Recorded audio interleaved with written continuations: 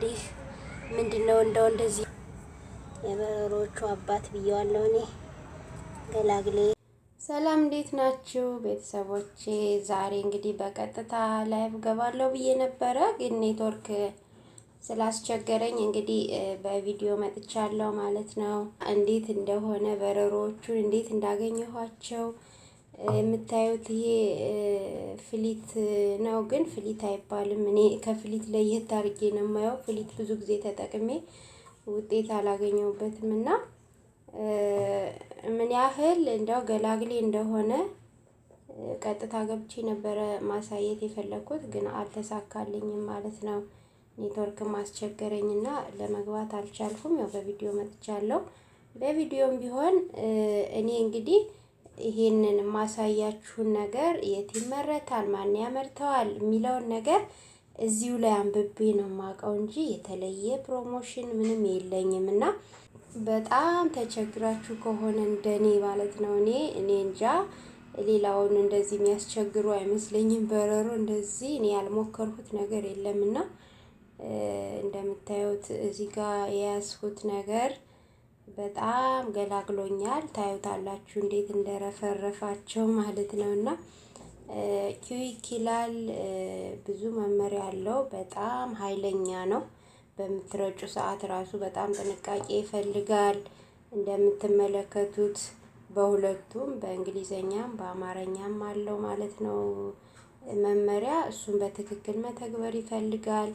እንግዲህ በ10 ደቂቃ ነው የሚለው። እኔ በእርግጥ 10 ደቂቃ ሳይሆን ወደ ስራ ሲሄድ ነው ረጭቼ የሄድኩትኝ ማለት ነው። ቤቱን ረጭቼ ዘጋግቼ መጀመሪያ፣ ከዛ ልክ ስወጣ ማስክ አድርጌ ነው የረጨሁትና በጣም ኃይለኛ ነው።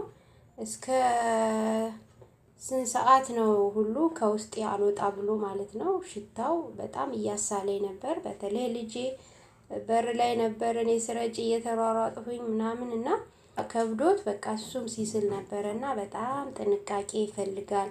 ከሌሎች ፍሊቶች ይሄ በጣም ይለያልና ስትረጩ በጣም ጥንቃቄ ያስፈልጋል። ልጆቹን አርቃችሁ እናንተ ማስክ ተጠቅማችሁ እርጩ። እኔ እንደውም ወፍራሙን ማስክ መጠቀም ነበረብኝ። እኔ ኖርማል ማስክ ነው የተጠቀምኩትና ለማንኛውም ብዬ ነው።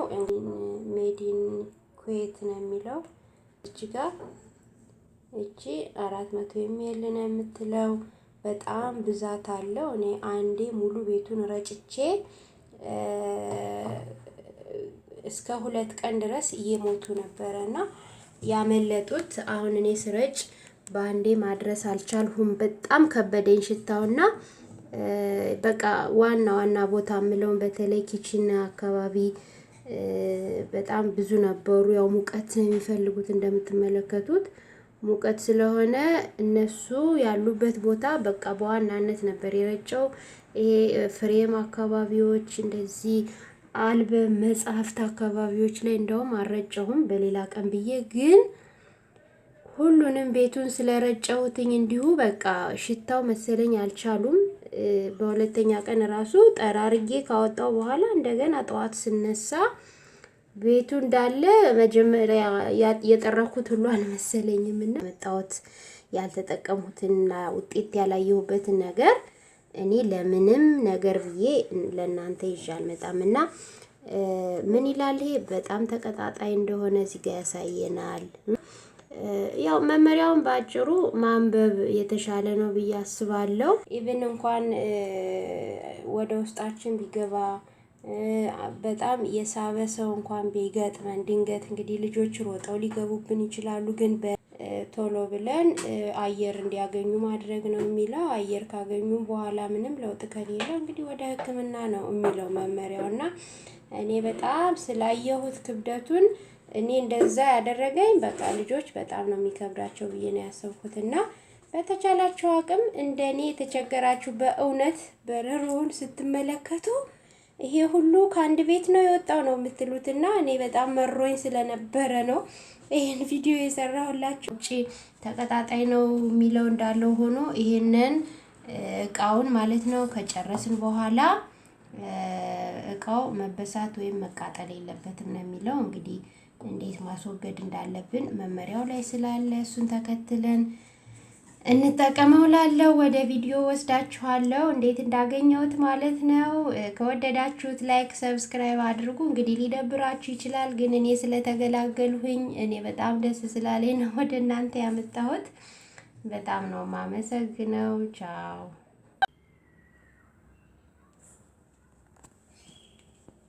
እንዴት ናችሁ ቤተሰቦቼ? ይኸውላችሁ ዛሬ እንግዲህ ማሳያችሁ ይሄ ሁሉ እንደዚህ የምታዩት እንግዲህ በረሮ ነው።